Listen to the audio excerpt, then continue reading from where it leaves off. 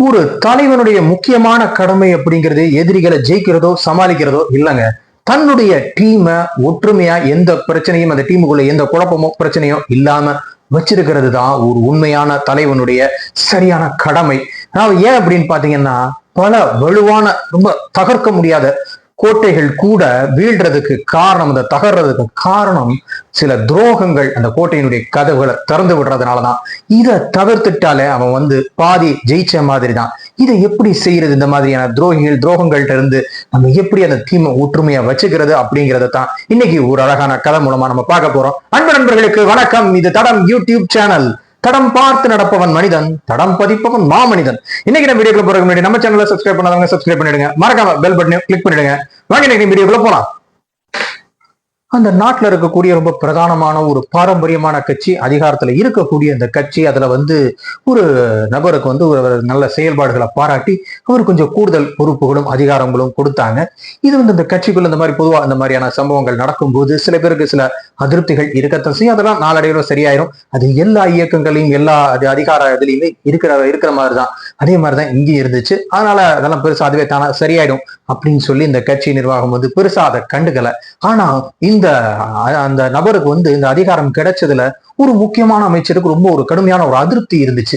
இவர் தனக்கு கிடைச்சிருக்க வேண்டியது அவருக்கு கிடைச்சிருச்சு அப்படிங்கிற ஒரு பொறாமை அவர்கிட்ட இருந்துச்சு. அதனால அவர் என்ன பண்ணார் அப்படின்னா, இந்த புதிய நபருக்கு எதிராக நிறைய வன்மங்களை கட்சிக்குள்ளே பரப்ப ஆரம்பிச்சாரு. தன்னை பார்க்க வந்தவங்க, தன்னுடைய ஆதரவாளர்கள், அனுதாபிகள், இப்படி யார் கட்சிக்காரங்க யார் தன்னை பார்க்க வந்தாலும் அவங்க எல்லாருக்கிட்டையும் பாத்தீங்கன்னா அவங்களுக்கு அந்த ஆளுக்கு கொடுத்துட்டாங்க அப்படின்னு பேச்சுவாக்குல சொல்லுவாரு. இவருக்கு தான் அந்த தகுதியே இல்லை, அவர் கொஞ்சம் அதிகமா இடம் கொடுக்குறாங்க, கட்சி தலைமை அவர் கொஞ்சம் அதிகமான இடம் கொடுக்குறாங்க அப்படின்னு சொல்லி ஒரு கருத்துக்களை அந்த கட்சிக்காரங்க மனசுல எல்லாத்தையும் கொஞ்சம் கொஞ்சமா அந்த வன்மத்தை விதைச்சுக்கிட்டே வந்தாரு. இந்த அமைச்சர் கட்சிக்காரங்க கிட்ட அப்படி கொஞ்சம் கொஞ்சமா அதை மனசுல பதிய வச்சது விஷம் மாதிரி கொஞ்சம் கொஞ்சமா ஏறிக்கிட்டே இருந்தது. அந்த புதிய நபர் ஏதாவது ஒண்ணு செஞ்சு அவருக்கு நியாயமாகவே ரொம்ப ஒரு கரெக்டா செஞ்சு அதுக்கு பாராட்டு ரொம்ப நியாயமான பாராட்டாவே கிடைச்சாலும் இவங்க எல்லாத்துக்கும் அது தவறாகவே தெரிஞ்சது. ஒருவேளை தலைமை உண்மையிலே இவருக்கு கொஞ்சம் நிறைய இடம் கொடுக்குறாங்களோ அப்படிங்கிற மாதிரி ஒரு எண்ணம் அவங்களுக்குள்ள வர ஆரம்பிச்சது. இன்னும் சில பேருக்கு என்ன ஆச்சு அப்படின்னா, ஏன் கரெக்டா தானே பண்றாரு, இவரை பத்தி இவங்க தப்பா சொல்றாங்க அப்படிங்கிற ஒரு எண்ணம், அவரை பத்தி யார் எது சொன்னாலும் அவருக்கு எதிராக ஒரு மனநிலை இருக்காங்க அப்படின்னா அவங்கள ஒரு ஓரம் கட்ட வச்சது. இது இப்படியே கொஞ்ச நாள் கட்சிக்குள்ள பரவி கட்சியை கிட்டத்தட்ட இரண்டாக பிளக்கக்கூடிய ஒரு நிலைமை அது ஒரு ஃபேக்ஷனாக உருவாக ஆரம்பிச்சது. இந்த அமைச்சருடைய கோஷ்டி ஒரு பக்கம், இந்த புதியவருடைய குரூப் ஒரு பக்கம்னு கட்சிக்குள்ளேயே கொஞ்சம் கொஞ்சமா அந்த பிளவுகள் உருவாக ஆரம்பிச்சது. இது தலைமைக்கும் தெரிய வந்த போது ரொம்பவே கஷ்டப்பட்டாங்க. ஏன்னா அது ரொம்ப முக்கியமான ஒரு விஷயம். ரெண்டு பேருமே கட்சிக்கு ரொம்ப முக்கியமானவங்க. யார் மேல நம்ம நடவடிக்கை எடுத்தாலும் அந்த கட்சியை மொத்தமாவே ரொம்ப பெருசா பாதிக்கும். இது எப்படி ஹேண்டில் பண்றதுன்னு கட்சி தலைமை ரொம்பவே குழம்பி போயிருந்தாங்க. இந்த பிரச்சனையுடைய ஆணிவேர் எது அப்படின்னு கண்டுபிடிச்சு அதை அப்படியே எந்த இதுவும் இல்லாம துப்புரவா அகற்றணும் அப்படின்னு சொல்லி ரொம்ப முடிவு பண்ணி இந்த கட்சி தலைமை யோசிச்சு அவங்களுக்கு இந்த மாதிரியான பிரச்சனைகள் வரும்போது ஆலோசனைகள் சொல்லக்கூடிய ஒரு அரசியல் குரு ஒருத்தரை போய் பார்த்தாங்க. அவர் சாணக்கியர் சொன்ன ஒரு விஷயத்த சொன்னார். அதாவது எதிரி கூட நமக்கு எதிராக ஆயுதங்களை வச்சுக்கிட்டு நிப்பான், நாம அவனை பார்த்து நம்ம என்ன ஆயுதங்களை வச்சிருக்கேன், எப்படி தாக்கலாம், நம்ம கணிச்சு நம்ம சரியா ஒரு கணக்கு போட்டு அவனை தாக்கலாம். ஆனா இந்த மாதிரி துரோகிகள் நம்ம கூடவே இருப்பாங்க, அவங்க கையில எந்த ஆயுதமும் இருக்காது, அதை விட அவங்க முகத்துல சிரிப்பு இருக்கும். அந்த சிரிப்புக்கு பின்னாடி மனசுல பயங்கரமான ஒரு வன்மம், அது மிகப்பெரிய ஆயுதம் அது நமக்கு அப்படிங்கிற. அதனால இது நம்ம ரொம்ப கவனமா இதை கையாளணும். அதே சமயம் இதுக்கு ரொம்ப கஷ்டம்லாம் படக்கூடாது, ரொம்ப சிம்பிளான தீர்வு ஒண்ணு இருக்கு அப்படின்னு சொல்லி ரொம்ப சிம்பிளான ஒரு தீர்வை சொன்னார் அந்த குரு. அந்த குரு என்ன சொன்னார்னா, கட்சி தலைமையில இருந்து ரொம்ப கான்பிடென்சியலான ஒரு லெட்டர் ஒரு ஆர்டர், ஒரு மெயில அந்த பிரச்சனையை கிளப்பக்கூடிய அமைச்சருக்கு மட்டும் அனுப்புங்க. இது அவருக்கு அனுப்புனது வேற யாருக்கும் தெரியக்கூடாது, வேற யாருக்கு அனுப்பலைங்கிறதும் அந்த அமைச்சருக்கு தெரியக்கூடாது.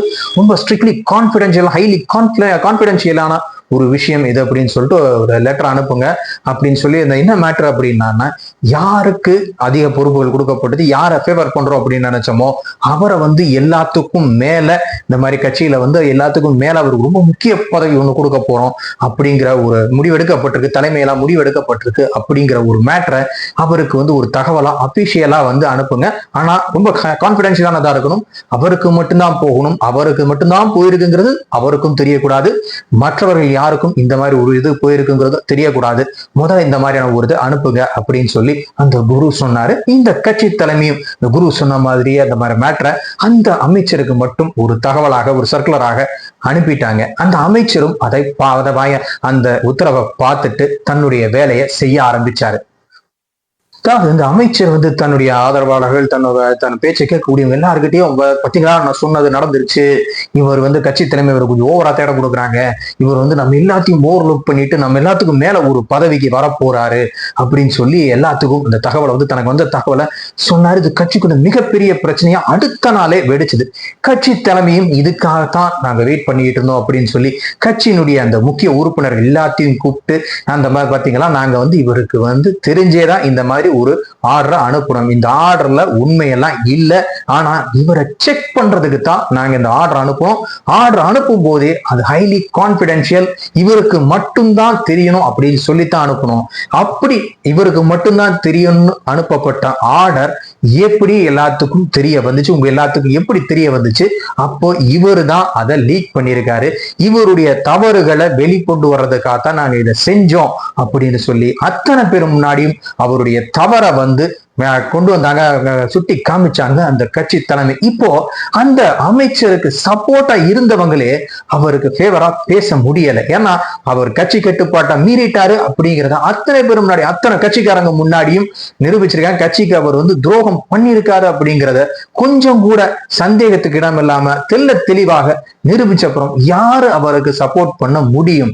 சோ அவருடைய ஆதரவாளர்கள் அவருக்கு சொன்னது கரெக்ட் அப்படின்னு சொன்னவங்க கூட இப்ப வாயை துறக்க முடியல. உடனடியாக அந்த கட்சி தலைமை அவர் மேல நடவடிக்கை எடுத்து அவரை கட்சியிலிருந்து நீக்கி நாடு கடத்திட்டாங்க.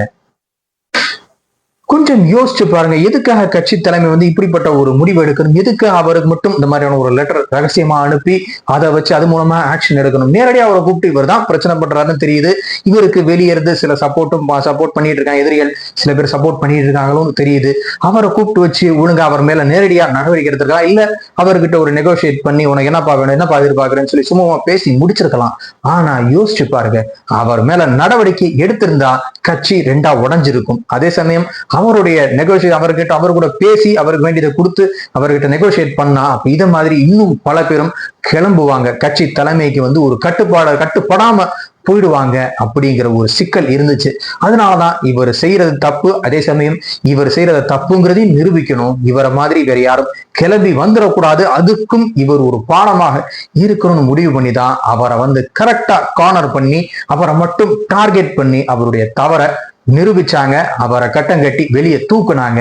இப்போ இதை பார்த்து யாருக்கும் அந்த கட்சி தலைமைக்கு மறுபடியும் சவால் விடணும்னோ கட்சி தலைமைக்கு எதிராக செயல்படணும்னோ ஒரு எண்ணம் வராம இருக்கும். அப்பதான் அந்த டீம் ஒற்றுமையாக இருக்கும் அப்படிங்கிறதுக்காக தான் இதை செஞ்சிருக்காங்க.